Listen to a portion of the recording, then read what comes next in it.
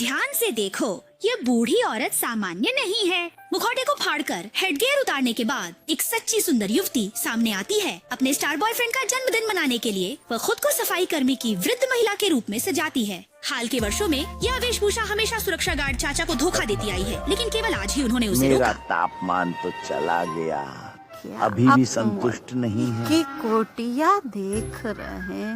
मैं सच में बहुत सुंदर दिखती हूँ। आखिरकार अंकल ने 7 सालों में हर दिन उसे देखा और उसके प्रति अपनी भावनाएं विकसित की। जल्दी से बॉयफ्रेंड के घर वापस लौटी। बेटी ने यहाँ आने का उद्देश्य नहीं भुलाया। सुंदर मेकअप लगाए। जब होस्ट ने उसके बॉयफ्रेंड का नाम पढ़ा, दुदू ने अपने मुंह को ढक लिया और एक लड़की की तरह खुशी से चिल्लाई। उसने अपने बॉयफ्रेंड का नाम बुलाया। साफ याद है, मेरे प्रेमी ने कहा था, अगर वो सर्वश्रेष्ठ अभिनेता का पुरस्कार जीतते हैं तो वो मंच पर हमारे रिश्ते को सार्वजनिक करेंगे और मुझसे मंगनी। अब आखिरकार हमने इसे बना दिया है। पुरुष ने मंच पर अवार्ड प्राप्ति की बातें कही। उसने निर्देशक को धन्यवाद दिया, अन्य अभिनेताओं को धन्यवाद दिया, सभी कर्मचारियों को धन्यवाद दिया और धन्यवाद दिया। एजेंट ने सिर्फ डूडू का उल्लेख नहीं किया। दो जमीन पर बैठा है और जैसे ही वह निराशा से भरी हुई है, आदमी की आवाज फिर से क्या सुना? तुमने क्या सुना?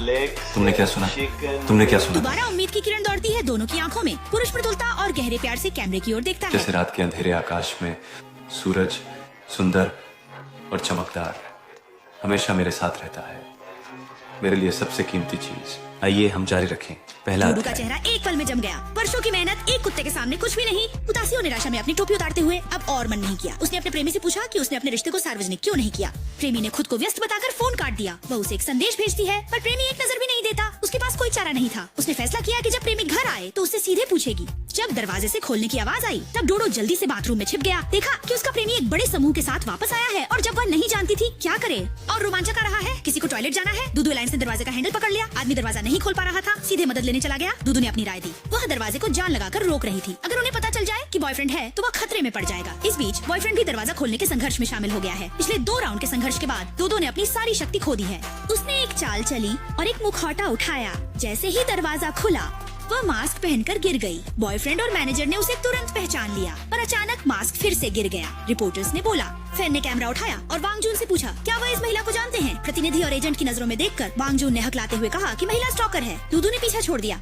इस अजीब स्थिति में भी जुआंग सिर्फ अपने लोगों की रक्षा करना चाहते थे।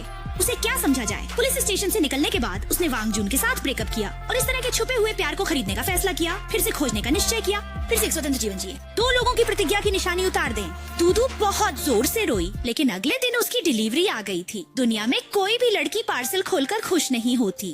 जब वह बॉक्स का दरवाजा खोलता है, उसकी नजरें फिर कभी नहीं